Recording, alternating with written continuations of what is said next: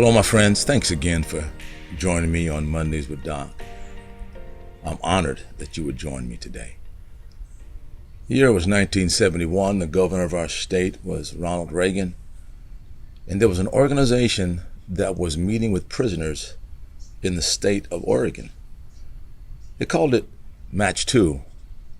And what they would do is men and women on the outside in the community would sign up as volunteers to go into the institution to visit men and women one-on-one. What they found out is that once they had over X amount of visits, that the recidivism rate or the rate of those returning to prison was very low because they had had these connections with people from the community who cared about them, most of which were believers. That was in 1971. 18 years later, I became the president of that organization. And it was an incredible journey for me. All of a sudden, from being a youth pastor, Church on the Hill, now the Hill in Vallejo, under Pastor Terry Inman, with a limited budget.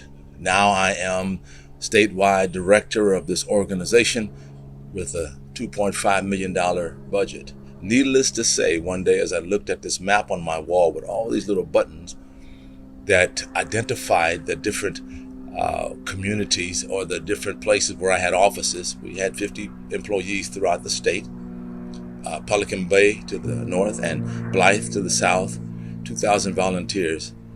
I had what became known to me was a panic attack. It just was overwhelming for me to realize the responsibility that God had put on my shoulders. I was meeting with pastors. I was meeting with political leaders.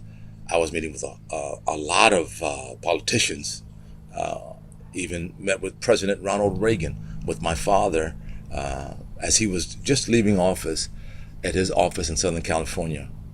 It was a true blessing for my father, who had visited me many years in institutions, and now he was meeting the president. One day I called my dad, which became a habit. My father was probably the wisest man that I knew. And I said, Daddy, tomorrow I have to have a conversation with someone, and I really need to be at my A game. He says, what do you mean? I said, well, I hired this Hispanic lady, and this guy has been upset from day one. Number one, that his supervisor is a woman. Number two, that she's Hispanic, and he has said some pretty ugly things. My father said, son, I thought you said this was a Christian organization. I said, yeah, it is, Daddy. He said, man, I had to deal with that stuff in the 60s. He said, you're telling me that stuff is going on right now in a Christian organization? I said, Daddy, you'd be surprised, but yes. I said, and I want to make sure I say the right things. I don't want to say anything I regret. And how can I handle that? And my dad, he smiled. I could see his smile through the phone. And he prefaced what he wanted to say with this. You know, that reminds me of a story. I said, okay, here we go. Been hearing his stories all my life. He said, remember when you and your brothers were young and we'd go out and go fishing? I said, yes, sir. Remember all those fish that we would catch? Yes, sir.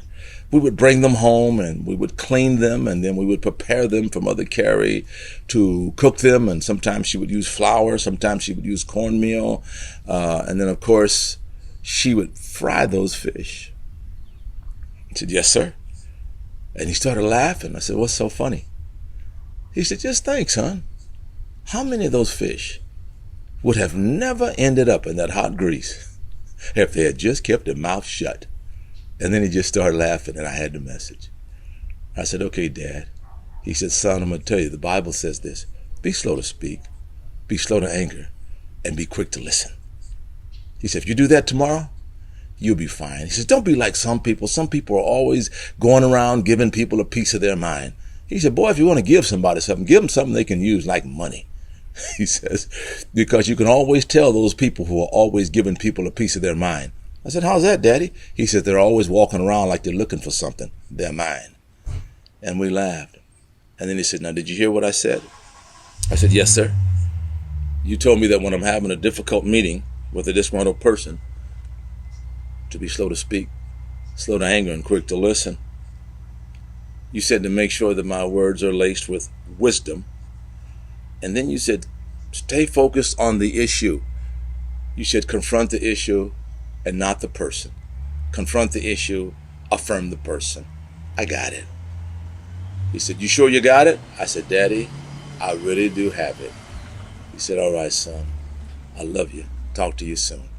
My friends, you men, how many relationships have you been involved in that were broken? I'm not talking about marriages. I'm just relationships, period. Because you said the wrong thing. So many people, they'll say the wrong thing, and then here's the two famous words they'll say, I'm sorry. Yeah, but the damage has been done. The damage has been done. And men, we have to be careful. The Bible even says, men, fathers, don't push your children to the point of wrath or where they rebel. We must always be slow to speak, slow to anger, and quick to listen. Yes, apologizing is a good thing. The prodigal son apologized to his father, but when he came home, he was specific with his apology. I've disrespected you and God. I'm no longer able to, I shouldn't even be called your son. I want to encourage you today, men, and some of you ladies that are listening. I don't care what situation you're confronting. Maybe sometime you ought to put it off until you've cooled down or you're calmed down, or you know what you want to say. We're living in a day and age. Everybody's angry about something. And you and I, who are followers of Christ, members of his church, ought to be the ones who are slow to speak, slow to anger, quick to listen. And remember, if you quiet yourself down long enough, you just might hear a sizzling sound of warning in your ear. Now you know. What will you do? God bless you.